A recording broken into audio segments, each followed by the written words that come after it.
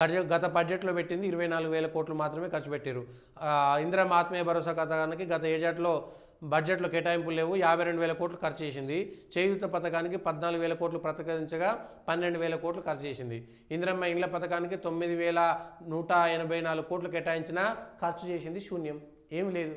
పోయినసారి 9,000 కోట్లు ఇందిరమ్మ, ఇవాళ కూడా ఇందిరమ్మకు మస్తు పెట్టిరు ఇందిరమ్మ ఇండ్ల పథకానికి అన్నారు. మీరు ఖర్చు ఎంత చేస్తారు? 12,000 కోట్లు పెడితే పోయినసారి 9,000 కోట్లు పెట్టి సున్నా మీరు ఖర్చు చేసింది. మరి సున్నా ఖర్చు చేయడానికి భారీగా కేటాయింపులు, అంత పెద్ద కేటాయింపులు ఎందుకు ఇవి?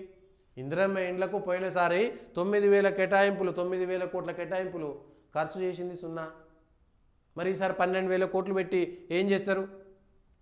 రైతు భరోసాకు గత బడ్జెట్లో 15,000 కోట్లు ప్రతిపాదిస్తే 7,500 కోట్లు మాత్రమే ఖర్చు చేసింది. ఇప్పుడు ఇదే పథకానికి 18,000 కోట్లు. ప్రజలు ఆలోచించాల్సినటువంటి అవసరం ఉన్నది.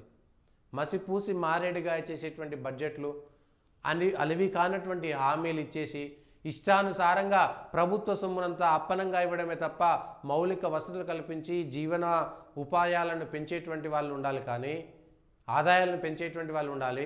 ప్రజలకు మౌలిక వసతులు ఉండాలి. విద్య వైద్యంతో పాటు మంచి రోడ్లు, లేకపోతే స్కూళ్ళు, ప్రైమరీ హెల్త్ సెంటర్లు ఉండాలి. ఇవాళ గ్రాంట్లు లేకపోతే గ్రాంటినేడ్లు ఇవన్నీ సంబంధించినటువంటి అనేకమైనటువంటి 2023లో తీసుకున్నటువంటి అప్పు, 2024లో తీసుకున్నటువంటి అప్పు, 2023లో 49,000, మార్కెట్ నుంచి 49,000 కోట్లు, కేంద్రం నుంచి 1,900 కోట్లు, ఆర్థిక సంస్థలు బ్యాంకుల నుంచి 99,000 కోట్లు, రిజర్వ్ ఫండ్స్ 76,000, 2,30,000 కోట్లు 2023-24, 24-25 1,57,000 కోట్లు. 2023 డిసెంబర్లోనే వచ్చారు వీళ్ళు, 2023 డిసెంబర్లోనే వచ్చారు. 2024లో 5 అయింది, 2,37,000 కోట్లు. కాంగ్రెస్ వచ్చిన తర్వాత 1,57,000 కోట్ల అప్పు చేసింది. కాంగ్రెస్ వచ్చిన తర్వాత ఎన్ని మౌలిక వసతులు కల్పించారు? ఎందుకంటే ప్రతి రూపాయి ఖర్చు చేస్తే రేపు పొద్దుగాల దాన్ని ఆదాయంగా తీసుకునేటువంటి ప్రయత్నం చేయాలి. రోడ్లు వేసిరంటే, బంగ్లాలు కట్టిరంటే, ప్రభుత్వ బంగ్లాలు కట్టిరంటే, లేకపోతే ప్రభుత్వ ఖర్చులు తగ్గించుకునేటువంటి ఖర్చు చేసిరంటే వేరే విషయం. అన్నీ పెరుగుతూనే ఉన్నాయి. ఆఖరికి మీరు ప్రత్యేక విమానాలలో పోతేనే కోట్ల రూపాయలు ఖర్చు అవుతున్నాయి. 30 సార్లు ఢిల్లీ పోయినా, 300 సార్లు ఢిల్లీ పోతున్నా, ప్రత్యేక విమానాలకే పోయినప్పుడల్లా 40-50 లక్షల రూపాయలు ఖర్చు అవుతుంది. ఎవరి కోసం ఇదంతా? ఎవరి కోసం ఇదంతా? ప్రత్యేక విమానాలలో పోవాల్సినటువంటి కర్మ ఏమొచ్చింది? మీరు మంచిగా బిజినెస్ క్లాసులలో పోతే కూడా మీకు వచ్చేది 1,00,000-2 లక్షల కంటే ఎక్కువ ఖర్చు కాదు.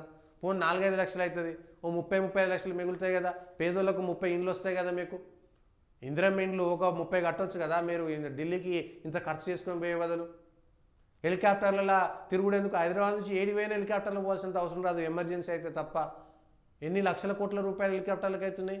పేదలకు అయితే కదా. అవన్నీ ఖర్చు తగ్గించుకోవచ్చు కదా. మీ ఇంట్లో అట్లనే ఖర్చు పెడతారా? 2026 మళ్ళీ 4 లక్షలు, మొత్తం అదే ఉన్నది, మొత్తం అదే ఉన్నది. అప్పులు చేసిన తర్వాత ఏమైంది? ఇవన్నీ ఏమైంది? ప్రభుత్వ హామీ లేని రుణాలు 59,000 కోట్లట. ప్రభుత్వం హామీ ఇచ్చిన సంస్థలే చెల్లించాల్సిన 1,24,000 కోట్లు. సంస్థలు తీసుకున్న రుణాలకు హామీ ఇచ్చినందున ప్రభుత్వం చెల్లించాల్సిన రుణాలు ఇది 1,17,000 కోట్ల రూపాయలు. అప్పుల కుప్పలుగా మారిపోతున్నాయి, అప్పుల కుప్పలుగా మారిపోతున్నాయి. ఏం చేస్తాం ఈ అప్పుల కుప్పలన్నిటిని కూడా? వ్యవసాయానికి నిర్వహణ పద్దు 24,000 కోట్లు. పోయినసారి పెట్టింది ఎంత, ఈసారి వచ్చింది ఎంత? పోయినసారి చేసినటువంటి ఖర్చు ఎంత? భారీగా ఉన్నాయి బడ్జెట్లో, కానీ వాటికి సంబంధించినటువంటి దాంట్లో ఎంత ఖర్చు చేస్తున్నాం మనం?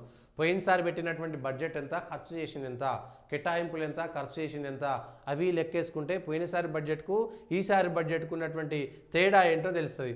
హామీలకు గ్యారంటీ ఇది పెట్టి అది పెట్టి, మెట్రోలకు 1,100 కోట్లు. కేంద్రం నుంచి ఏమొస్తుంది? కేంద్రం నుంచి ఏమొస్తుంది?